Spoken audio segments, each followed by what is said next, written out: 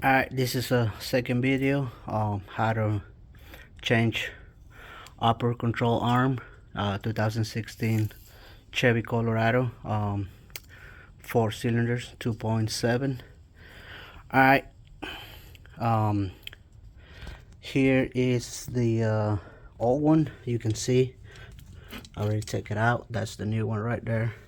This one barely move it. It moves, but barely. Alright, and if you can see on the first video, I covered majority of what the video is about, which is change the upper control arm, and there's few videos up on YouTube. And the whole point, as I mentioned on the first one, is how to take the strut out. You have to do it in order to change this control arm, because I was saying that the nuts, when you try to loose the screws, the nuts spin at the same time. And I forget to mention that some Toyotas, Hondas, and Nissans, and probably other cars there, that the nut should be welded on the structure of the car, and all you should do is, take the screw out, change the part and put it back again, instead of change or actually take the whole strut out, get all this apart, and whole lot of more work, but it is what it is. GM cars, right? So I already changed them. I mentioned that I might put the screw on the opposite side, but since the screws are a few inches long, it might be gonna be the same thing. I mean, it's probably gonna be the same thing, because if you took the nut out of this way, and you still have to push the screw or the bolt all the way out that way, and it's probably gonna hit the back of the strut anyway. So it probably gonna be the same process anyway. So I just decided to put it the original setup, which is the nut still inside and the bolt head on the outside. But the whole point is, this nut should be welded on the structure. That way you just, and so many cars are that way, but again, extra work for something that could have been done better, right? And part of the first video as well is that some people take this spindle out in order to get this strut out, but I mean, I already covered on the first video. You don't have to do it. You just have to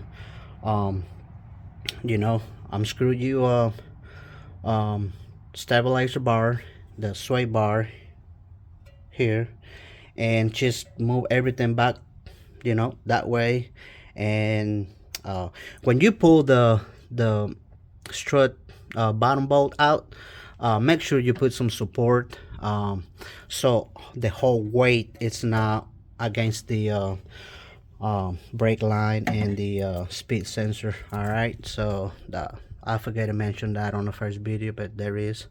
I already put the bolt back on place, so this I can untie it now, and it's not gonna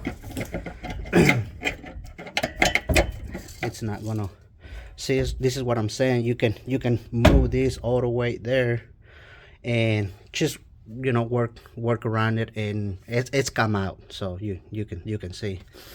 All right, and what I like to cover as well, it's the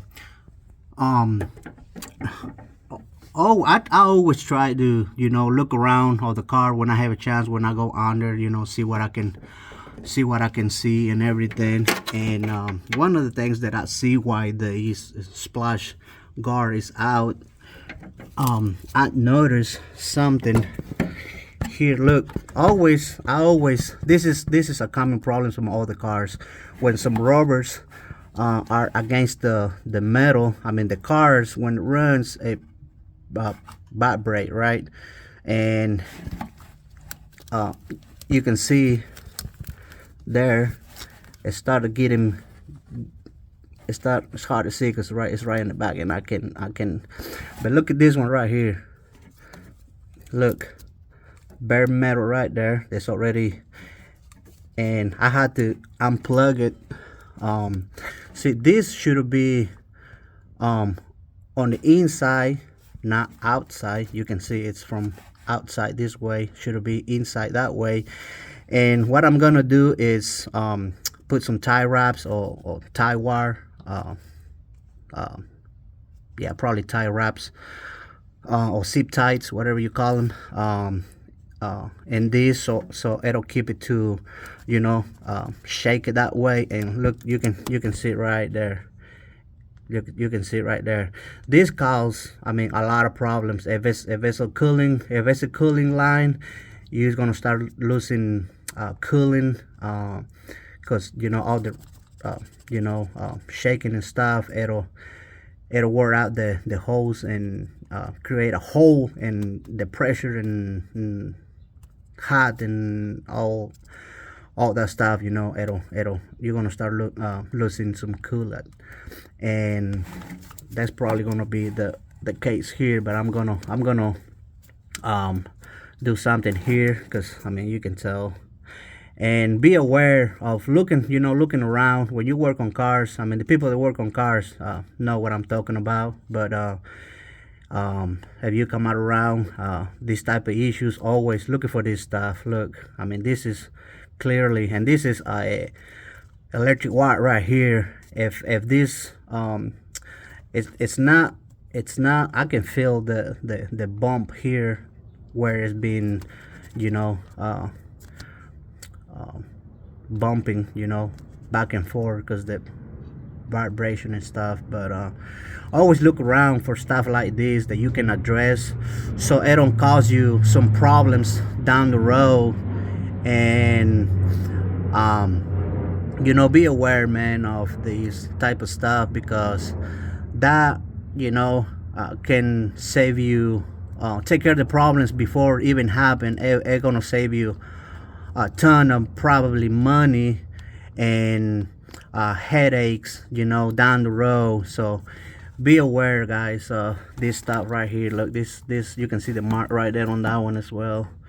So be aware of this stuff before, you know, everything, before you put everything back together, because the splash guard covered all this right here, and you'll not be able to see it. But since now it's open, I mean, you can check everything around. I mean, see something out of the ordinary, and you know, try to, I guess, prevent any headaches, man, or breakdowns down the road. And it's gonna cost you a lot of money, man.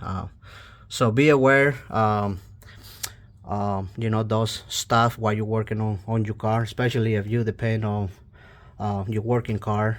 This is my friend work truck, so he dropped it up yesterday to change this control arm, because when he's going hallway, the truck, after, you know, 65, 70, 75 or so miles an hour, start vibrating. And we've been back and forth to see what the problem is, and this was the problem. I mean, you can tell right there. It's look, it's not supposed to do that. All right, so this is another video. I hope this video helps somebody out there. And you know, the whole point for me, again, I know everybody's got their own point of view. You know, you should do this, you should do it a little differently, you should be put this hot truck up in the lift and all that. And man, if I had one, I'll put them on the lift. Believe me, the last thing I want to do is a whole lot of more extra work, you know, when you don't have to. But hey, man, nothing that old jack and couple you know, stands can do, man. Just, you know, just again, my whole point as well is give you an idea, so prevent that, you know, take your car to the dealership, or you know, how expensive mechanic shop, you know, I mean, that's all we're gonna try to do, guys. Give you little tips, here and there, and hey, if it works for you, I'm so glad. If not, man, um, well, you're gonna have to take your car to the dealership or um, mechanic shop, and pay some more money for extra work that you probably not gonna need. So that's the whole point. All right, so I hope you guys enjoy your day, and uh, that's how you change upper control arm without it take the whole spindle out. All right, and everything's bolt back together, by spec, everything. And look, this one ain't barely move it. You have to put a lot of force to move it. So when you drive it down the road, if your car vibrates, not all the time it's gonna be this. Okay, so don't get confused either. Just could be bed rotors, could be brakes, could be bottom control arm, which, by the way, I changed this bottom control arm from my buddy last year. So this is sort of brand new, and now it's time to change this one. Okay, so hopefully everything is gonna be um, good, and you know get it right for my friends. So all right, so um, comment, subscribe, and see you guys in the next video. Have a good day.